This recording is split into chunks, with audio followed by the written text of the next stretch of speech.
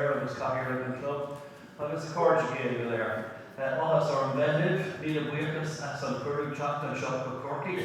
It's not many places on a Sunday night you'll see a hall packed with over 300 people. Well done to you. It's a sign that the GAA in this area is alive and strong, and the heart of the association is good. So, gorgeous, Ershin. It's an honour always when you're a president of an association, but when you're a leader of an association like ours, it's fabulous to come to a club and everything that you believe in, you see it. And I say that with all sincerity. This is a wonderful, wonderful night, and I want to thank you for that, because everything that I've ever tried to deliver or to believe in GAA, you've got it. You're a rural community. You're absolutely rooted in community. You're not Kildare. You're not Mallow. You're absolutely passionate about where you're from. When one of the earlier speakers said that in a match many years ago you played in Mallow jerseys, I could hear a lady over here say it wouldn't happen now. And when I was elected president, I spoke with 4 F's: family, fixtures, finance, and fun. By God, you have fun. The sense of fun all the time. I'm absolutely intrigued listening to Timmy Callahan. Absolutely intrigued. You won a match and they went off to St. Heliers. Then they got to a final and they got lost in America. And then the really coup de grace of all, his best piece of all, they won a hurling final. 25 years later they decided to celebrate it. That's a good thing. So they went to the home of hurling, they went to Kildare. What a lovely, joyful, happy bunch. And you know, that is what we need strongly in the GAA. Be ambitious. Try to be the best we can. But know how to enjoy ourselves. It's sport, it's fun, and it's absolute commitment, absolute rootedness to our community. If we ever lose that, we are finished as an association. It's also very beautiful to listen to the stories from Derry and the other speakers. Sometimes it is good to reflect. We have changed enormously. No other organisation in Ireland has changed as much as the GAA in the last 100 years. Indeed, dare I say it, some organisations are now suffering because they did not change. If you think back to what we listened to, Derry talked about togging behind a ditch, going into Tog out and looking at the coffins. That was probably for the neighbouring team.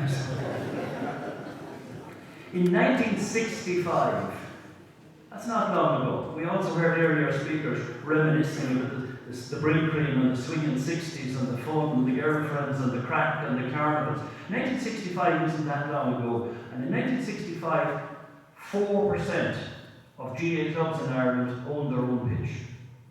4%. Today it's in the high 90s. Today we have very few clubs left that have one pitch.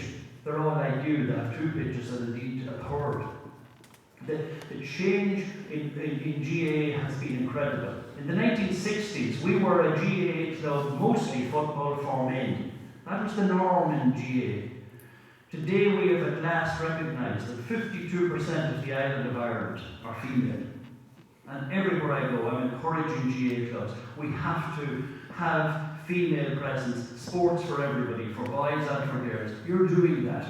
You're doing it effortlessly. And could I add my voice of best wishes to Cork? I know that you have a very strong presence in the Cork ladies team. What they achieved is phenomenal. But of course you have a huge event happening in Cork and Croquet next Sunday. I wish you well in that.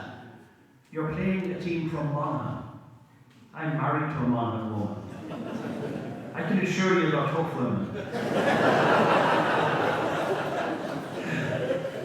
And of course, you know in GAA, we know who our neighbours are, but we don't mind if I bet. So good luck, Clyda Rovers. I wish you well. I'll be listening carefully to the results, but it's a fantastic achievement. And I also enjoyed when you heard the speakers first mention that the girls were playing next Sunday.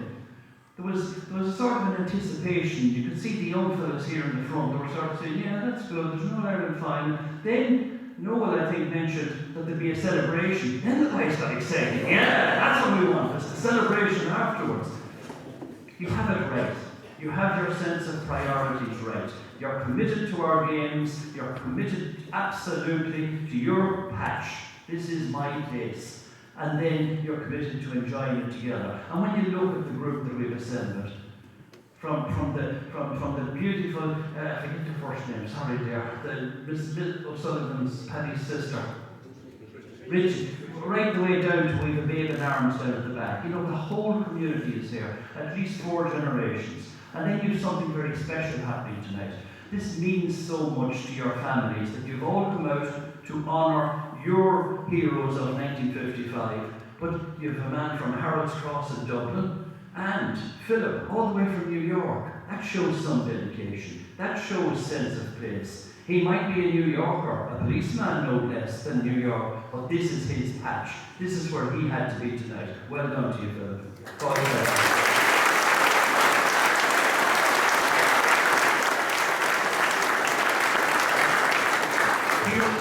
Heroes matter. We had many heroes, and every society, not just the Ireland, every society needs heroes. Our country was shaken in the last 10 years. Many of our heroes have fallen. Many institutions that we gave absolute loyalty to have fallen. We have to protect what we have in the GAA. We are in a strong place because of you, because we're built on people of integrity who have total commitment to a volunteer ethos, no sense of what's in it for me.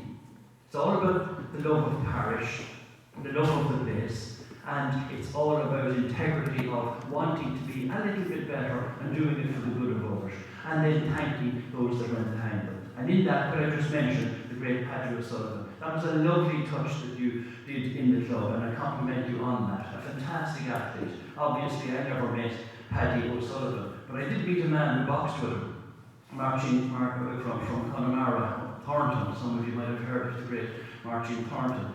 And I often had a chat, indeed a pint of porter, with Marching Thornton, and we boxed many matches. He always won those ones, so we talked about them. But not only was O'Sullivan a world-renowned boxer, he won the Golden Gloves, as we've heard, but in that Golden Gloves final, the referee was Joe Lewis, and you've heard of Joe Lewis, a famed boxer. And Joe Lewis was reported in the Boston Globe as saying that the greatest amateur heavyweight he ever saw was Paddy O'Sullivan. So it's fabulous that your patch, his place, your locality is honouring again a local hero, and well done to you on that, and it's good to see his family here. I know they appreciate it, so my shiverish.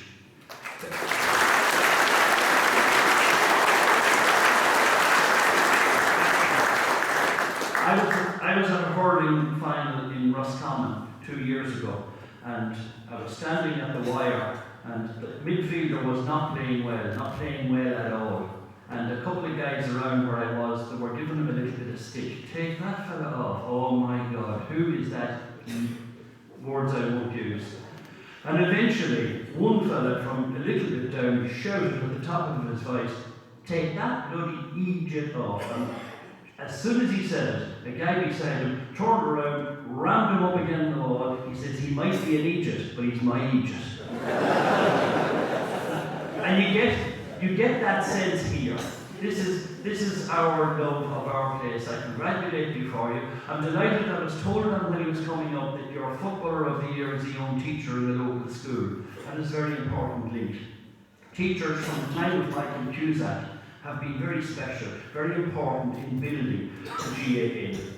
And it's important that we have a strong link between our local schools, our community, and of course our GAA club. And I want to encourage you always to have a very strong link for the girls and the boys in our schools, and make sure that they are always being well looked after. You have fabulous facilities, your pitch is absolutely splendid, and I must compliment again your club person of the year that sells your lottery tickets. First thing I said, congratulations, and he says, I'll sell you one before you go.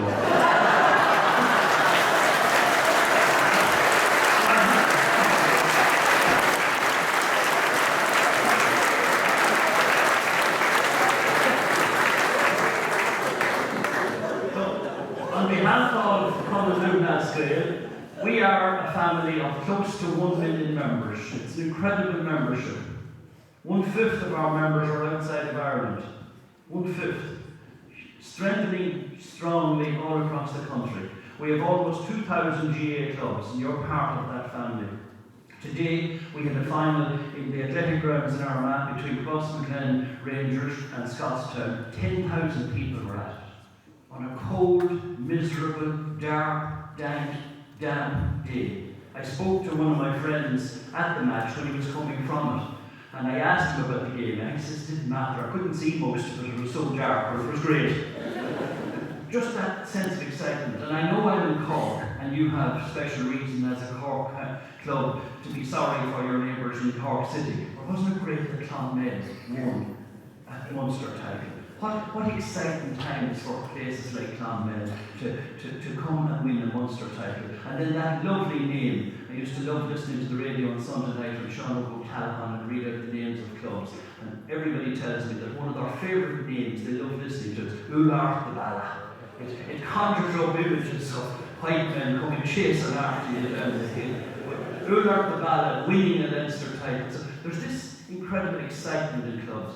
I travel the country at the moment, visiting clubs all the time. It's what I do. It's where I spend. I'm in Croke Park every morning, every afternoon, every evening I'm away in clubs and every weekend. But when you go through, Germany as your county, Germany is right. Rural Ireland has a lot of challenges. But then I know when you look at it, we've always had challenges. You know, there was always a recession, there was always emigration. But one of the exciting things when you travel the country, the flags. It's the one thing you notice. You go into a little village, looks like there's nobody at home, but there's colour, there's a flag up, that we're in a final, or getting to a match. There's this great energy that GAA clubs bring to communities. You know, people keep saying to me, sure, what would we do without the hurling or without the football? It's just incredible. I was at a funeral this morning, lovely lady, Neil Sheedy's mother. She was 94, big Sheedy. And when they were paying tribute to her, the only thing that spoke of it was hurling. Her life was built about the hurling. It was just, hurling was everything. It was what knit her family and her community together. And you get that sense in this club, and we find it everywhere. So congratulations on behalf of a growing GAA family. I wish you happy birthday. Brenna Honeyeve, Guillaume Gachra, na Hilfi Pizza Club, na Him Rory, Gachtin Lachlan Parks Club, August Nadine Hugan Takia. It's important always to thank those who went before you. And up in Donegal in the Gaeltacht, they have a saying, is Banny and the Huck of the Thor, which in loose translation means we bless those that dug the well. You're doing that tonight, and I congratulate for it. You're a strong club today. You're willing to celebrate and have a bash at being 70, but you didn't forget those that went before you. That is a very special and a very kind and a very enriching thing for anyone to do, and that will inspire the next generation of young Clyda Rovers GAA players, the girls and the boys from this fantastic club, to go on to even better things. Because whilst we do keep our feet on the ground, keep the eyes on the stars, do keep aiming high, and Clyda needs you, but Cork needs you, and the GAA needs a strong Cork. You're going to have a magnificent stadium in Cork and Queen in the next number of years. And we need to see the famous red and white of Cork winning All Ireland, and wouldn't it be great to see it happening when we have with Clyda Rovers people at the backbone of it. So I wish you well on your 70 years, and I've no doubt that when you're 100, the GAA president will be back again, and she will wish you well at that stage.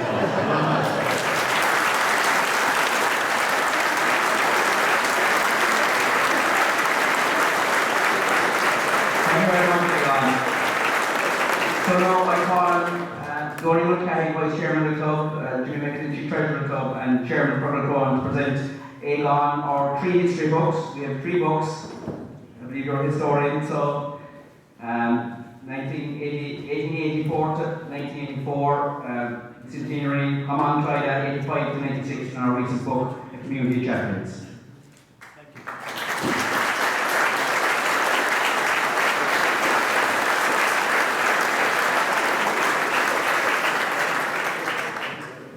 So before we finish up, we have refreshments, and 55 and 56 team need small bit better refreshments, so you'll be going through that door, and your relatives are also invited. Carmen will man the fourth below for the rest of us. That's it. I'd like to finish it or on the meeting, but to finish, I'd like to thank everyone for coming here tonight. It's been a great night. I'll end the sporting code I came across during the week. I think it sums up Clyda and Mourneabbey. If you believe in yourself and have dedication and pride and never quit, you'll be a winner. Price of victory is high, but so are the rewards. Here's the 30 years time when we'll be celebrating our centenary. Slán lad,